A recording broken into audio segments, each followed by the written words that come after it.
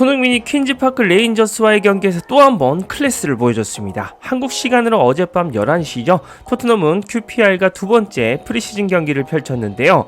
손흥민은 역시나 원톱으로 선발 출전하면서 포스테코글루 감독의 신임을 받았습니다. 여기서 우리는 선발 라인업을 살펴볼 필요가 있습니다. 손흥민은 베르너, 존슨과 함께 3톱을 구성했습니다. 그리고 2선에는 베리바리, 비수마와 사르와 함께 미드진에 출격했죠. 메디슨 대신에 베리바리, 붙박이 미드진과 함께 나온 것입니다. 이건 포스테코글루의 전술 실험이고 베리바리를 이번 시즌 얼만큼 중요할 것인지 잘 나타냅니다. 메디슨이 예전 폼을 찾지 못한 상태이기 때문에 충분히 고려되는 대안입니다. 포백은 돈니스키, 그레이, 포로로 구성했습니다. 현재 센터백 주전들이 없기에 쓰고 있는 구성인데 이를 완벽히 소화해내는 18살의 6번 미드필더 그레이가 정말 미쳤습니다. 키퍼 장갑은 오스틴이 꼈습니다.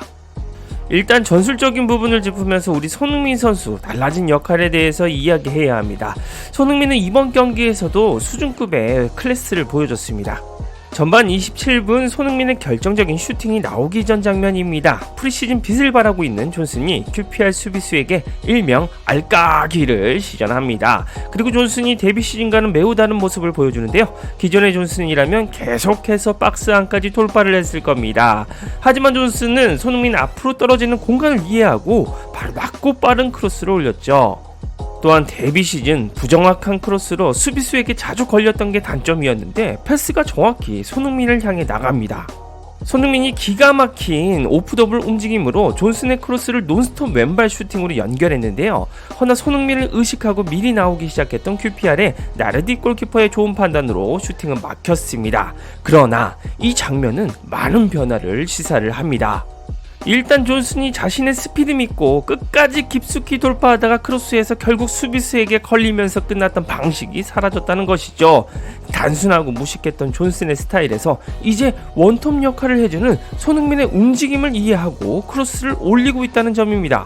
이는 본격적인 리그에 돌입하면 손흥민에게는 큰 도움이 됩니다. 결국 호흡은 동료를 이해하는 것에서 시작됩니다. 케인이 손흥민과 환상의 호흡을 보여온 이유는 서로가 서로의 스타일을 눈빛만 봐도 알았기 때문이죠. 게다가 존슨이 손흥민을 이해한 것에 더불어 이제는 욕심을 버리고 이타심을 발휘하기 시작했다는 것도 중요합니다. 자, 두 번째 손흥민의 결정적인 슈팅 장면에서도 존슨이 있었습니다. 브레넌 존슨은 43분 박스 안 우측에서 볼을 잡았습니다. 이 상황에서 손흥민은 빠르게 존슨 쪽으로 오프더볼 움직임을 가져갔는데요. 존슨은 이 시퀀스에서도 손흥민을 이해하는 발전된 모습을 보였습니다. 손흥민이 원하는 움직임을 다 가져갈 때까지 QPR 수비수와 대치하면서 타이밍을 맞추려 기다리는 모습이었죠. 그리고 손흥민이 다가오자 낮고 빠른 크로스를 가져갔습니다. 이걸 손흥민이 동물적인 감각으로 방향을 바꿨는데 나르디 골키퍼가 발끝으로 막았습니다. 첫 장면에 이어서 나르디 골키퍼의 컨디션이 인생 최고점인 경기였습니다. 손흥민과 존슨의 두 번의 연계 플레이는 모두 득점으로 나왔어도 이상하지 않을 정도의 환상적인 플레이입니다. 손흥민은 전반전 다가오는 리그에 대한 기대감을 폭발하게 만든 후 경기장을 나왔는데요. 물론 득점이 안 터져서 아쉽지만 전술을 테스트해보는 프리시즌일 뿐입니다. 중요한 건 달라진 토트넘입니다. 이제 손흥민이 이런저런 뒤치다거리를 안하고 득점에만 집중하는 역할로 바뀌었다는 겁니다. 또한 손흥민에 대한 동료들의 이해도도 높아지면서 이번 시즌 손흥민이 진짜 주인공이 될 가능성은 높아졌죠. 게다가 이렇게 손흥민이 득점에만 집중할 수 있게 만드는 보험 요소들이 많아졌습니다. 당초에는 손흥민이 메디슨의 역할에 크게 의존했어야 했습니다. 메디슨이 3선부터 공격진까지 볼을 운반하고 수급하는 데 중요한 역할을 했죠. 메디슨이 뒤에서 공격을 풀어주고 어떤 창의성을 부여하는지가 손흥민이 고립이 되느냐 안 되느냐를 결정했습니다.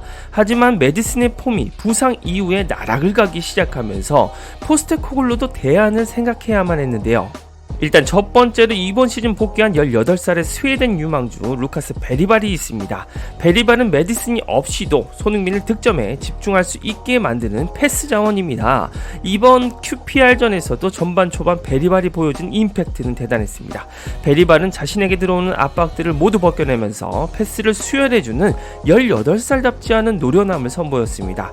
게다가 논스톱으로 이어지는 베리바의 패스 줄기는 하나같이 토트넘의 위협적인 공격 공격 시퀀스로 연결됐죠. 베리발은 메디슨 의존도를 현격히 떨어뜨릴 수 있는 유력한 대안으로 떠올랐습니다. 다만 베리발이 전반 23분 만에 부상으로 주저앉았습니다.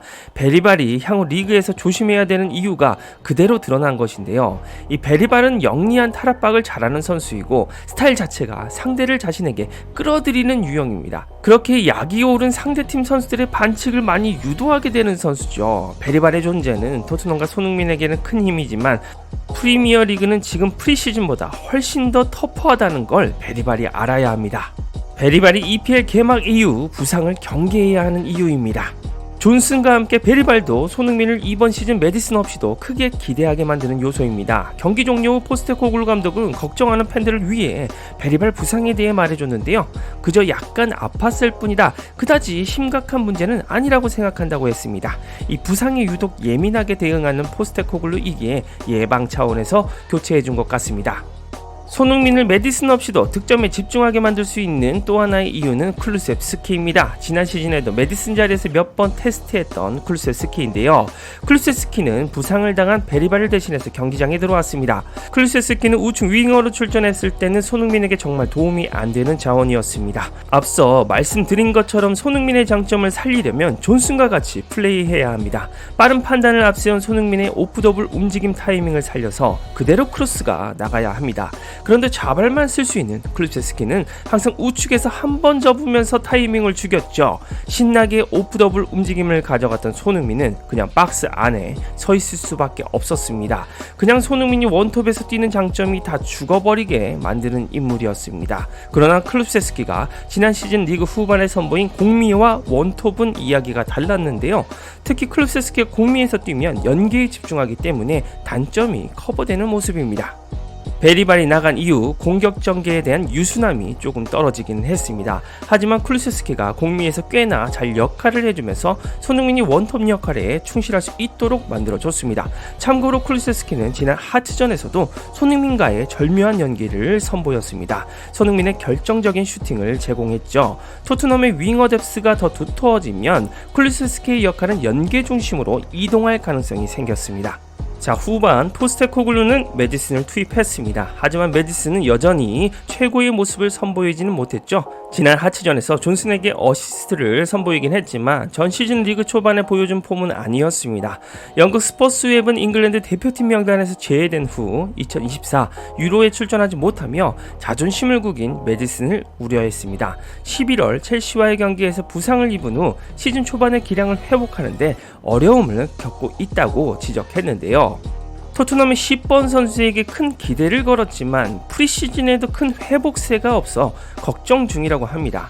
이 반면에 손흥민은 콘테 시절 에이징 커브 논란을 이겨내고 올 시즌 비공개 훈련부터 남다른 폼으로 극찬을 이끌어내고 있습니다. 게다가 이번 시즌 손흥민을 이해하고 있는 브레넌 존슨의 도움이 예고됩니다. 또한 메디슨이 없어서 내려와서 어미새 역할을 하던 손흥민을 걱정하지 않아도 됩니다. 이젠 베리발과 쿨루세프스키가 있고 향후 에제까지 영입이 된다면 공미의 풀은 두터워질 겁니다.